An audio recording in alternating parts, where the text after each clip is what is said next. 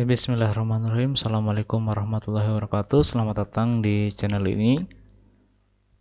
Di channel ini kita akan membahas mengenai alat ukur mekanik. Ya, di materi 2 kita akan membahas alat ukur mekanik mikrometer. Sebelum kita lanjut pada materi ini, mari kita like, komen, dan subscribe ya channel ini. Mudah-mudahan dengan subscribe kalian semua dapat mendukung saya untuk mengembangkan channel ini. Gitu. Oke, bagian mikrometer yang akan kita bahas di materi ini yaitu fungsi, kemudian komponen mikrometer, dan pembacaan mikrometer. Oke, fungsi dari mikrometer ini memiliki tingkat ketelitian yang lebih tinggi dibandingkan dengan jangka sorong. Oleh sebab itu, mikrometer digunakan untuk mengukur komponen-komponen yang mempunyai tingkat presisi dan akurasi yang lebih tinggi. Melihat dari fungsi mikrometer ini hampir sama dengan vernier caliper, cuman perbedaannya di mikrometer tidak bisa dipakai untuk mengukur di kedalaman suatu benda dan tidak bisa juga dipakai untuk mengukur diameter dalam suatu benda. Jadi di mikrometer ini fungsinya hanya untuk mengukur ketebalan dan mengukur diameter luar suatu benda atau dimensi luar suatu benda. Gitu. Namun mikrometer dengan vernier caliper, mikrometer keunggulannya adalah memiliki tingkat presisi dan akurasi yang lebih tinggi dibandingkan dengan vernier caliper atau jangka sorong. Oke, lanjut. Di sini komponen-komponen mikrometer. Ada 7 bagian di komponen mikrometer. Yang pertama adalah slip ya ini. Di dalam slip, batang slip ini ada skala ya di sini. Ini namanya skala utama gitu. Kemudian yang kedua yaitu timbel. Nah, ini timbel, di dalam timbel ini ada skala juga namanya skala nonius. Nah, ini skala utama, ini skala nonius atau skala timbel gitu. Ini juga bisa dinamakan skala slip. Tapi saya lebih menggunakan skala utama dan ini adalah skala nonius gitu. Kemudian yang ketiga ada ratchet ya. Ini ratchet stop. Ini untuk menstopkan tingkat presisi nanti ya. Karena ini kan timbel ini bisa diputar. Jadi timbel bisa diputar ke arah kiri dan ke arah kanan. Ketika timbel ini diputar, maka spindle juga ini akan ikut berputar, mengendorkan atau terus mengencangkan, begitu tergantung kita memutar timbel ke arah kiri atau ke arah kanan.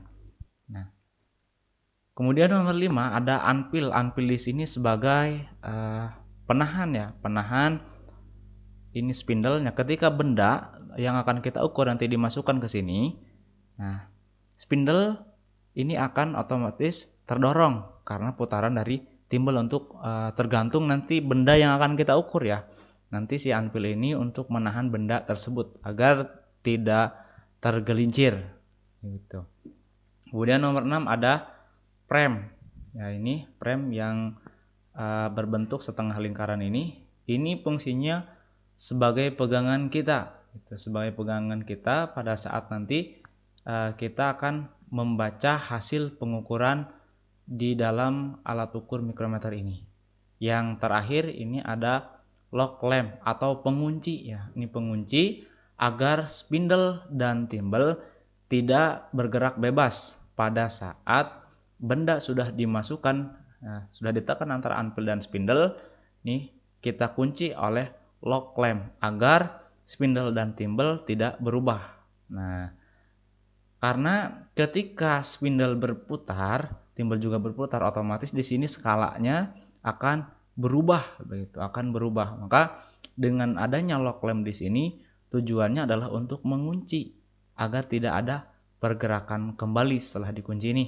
Itu skala yang akan kita baca di sini akan lebih akurat, tidak bergeser lagi begitu.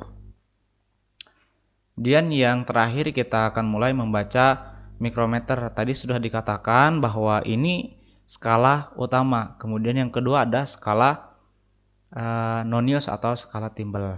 Nah, perlu kita ketahui di dalam mikrometer di sini memiliki ukuran ya, kapasitas ukuran. Nah, di sini di dalam gambar ini 50. Nah, di sini mikrometer pada gambar di sini ukurannya adalah 50 mm sampai 75. Karena yang saya ketahui ada 4 ukuran. Yang pertama dari 0 mm, di sini di awalnya 0 mm sampai 25 mm, kemudian dari 25 mm sampai ke 50 mm, 50 meter sampai ke 75, dan nanti terakhir 75 sampai 100 mm. Nah, ini. Kemudian di skala utama ini ada 2 garis. Nah, ini garis menuju ke atas, arahnya ke atas, kemudian ada garis juga dari garis tengah ke bawah. Nah, di garis yang atas di sini udah tertera ini angka 50 ya. Setiap garis di sini memiliki nilai 1. Jadi 50, 51, 52, 53, 54, 55. Nah, ketika kita akan membaca skala atau membaca nilai, kita harus perhatikan garisnya, garis di sini terlebih dahulu gitu. Kalau misalnya di sini angka 50 sampai ke sini angka 55, garis tengahnya ada 4, berarti ini ketelitiannya adalah 0,01. Hitungannya adalah 1, 50, 51, 52, 53, 54, dan 55. Nah, ini juga sama ya, di skala nonius ini ketelitiannya adalah 0, menggunakan skala 0,01 begitu. 40, 41, 42, 43, 4, 45 dan seterusnya. Nah, kembali lagi di skala utama, ini yang atas sudah tadi kita bahas, kemudian yang bawahnya ini memiliki nilai 0,5 mm kenaikan atau 0,50. Jadi ini garis di sini memiliki 0,50. Ini sama 0,50, ini 0,50, ini 0,50. Nah, kita gabungkan ya, karena yang bawah memiliki nilai 0,50. Nah, contoh ini angka 50. Nah, ke bawahnya adalah kalau kita hitung 50, ini 50, kemudian ini 50,50. Ini 51. Kemudian yang bawahnya 51,50. Seterusnya 52,00, kemudian bawah 52,50. Nah, untuk mengukur skala utama di sini batasannya adalah besi pada skala timbel di sini, garis di sini. Besi pada skala timbel di sini batasannya adalah di sini. Itu besi yang membentang di sini. Jadi hitung sampai yang terlihat, garis yang terlihat. Nah, karena yang terlihat di sini di poin A ini, berarti ini udah kita ketahui bahwa skala utamanya adalah 55,50. Nah, apabila besi ini ya terletak di antara garis ini, berarti nilainya skala utama adalah 55,00, bukan 55,50 lagi, tapi 55,00. Kenapa? Karena garis di sini tepatnya di tengah-tengah ini belum mencapai 55,50, tapi sudah melebihi dari 55. Nah, jadi hasilnya 55,00 kalau garisnya, kalau besi ini yang terbentang di sini bertepatan di tengah-tengah ini antara 55 dan 55,50. Nah, ini tuh, garis A ini. Batasannya adalah garis A ini karena tidak ada garis lagi begitu. Tidak ada garis lagi sebelum besi ini membentang. Nah, kalau misalnya ada garis lagi satu di atas, berarti nilainya adalah 56,00. Nah, ini udah kita ketahui ini adalah skala utamanya adalah 55,50 atau 55,5 mm. Kemudian yang kedua kita akan mengetahui skala timbel. Untuk mengetahui skala timbel atau skala nonius, batasannya adalah garis yang tengah di skala utama. Batasannya ini. Ya.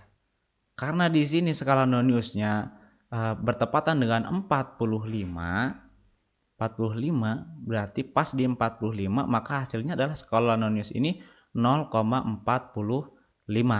Apabila garis yang tengah ini letaknya di sini melebihi dari 45, itu juga sama, berarti nilainya 45. Karena belum mencapai ke 46 ini. Belum mencapai ke garis yang atas ini. Nah, apabila garis yang tengah bertepatan dengan garis yang atas di sini, maka hasilnya adalah 46. Kalau misalnya garis tengah kemudian melebihi dari garis ini, ya, garis setelah garis 45 di tengah-tengah ini, maka hasilnya adalah 46 tetap. Gitu. Begitupun seterusnya seperti itu. Gitu. Nah, kalau misalnya garis skala tengah, ya, garis skala tengah ini berada atau terletak di sini, maka hasilnya bukan 45 ya. Karena belum mencapai ke 45, tapi sudah melebihi dari 44. Nah, hitung saja dari sini 40, 41, 42, 43, 44 nih garis ini 44. Berarti kalau misalnya garis tengah skala utamanya terletak di sini, maka nilainya adalah 0,44. Nah, setelah kita mengetahui skala utama dan skala nonius, skala timbel, nah, kita jumlahkan 55,5 ditambah 0,45, maka hasilnya akan seperti ini. Nah, hasil penjumlahan adalah 55,95. Nah, ini ya, yang dapat kita baca dari gambar ini, hasil pengukuran pada mikrometer di sini nilainya adalah 55,95 mm. Begitu. Ya. Silahkan kalau ada yang mau bertanya, silahkan di kolom komentar ajukan pertanyaannya. Nanti kita akan bahas mengenai video yang selanjutnya. Demikian materi kali ini, kita akan membahas di materi mikrometer pada part 2 gitu. Silahkan like, komen apabila ada pertanyaan, kemudian subscribe juga untuk mendukung channel ini. Demikian pembelajaran hari ini ditutup. Wassalamualaikum warahmatullahi wabarakatuh.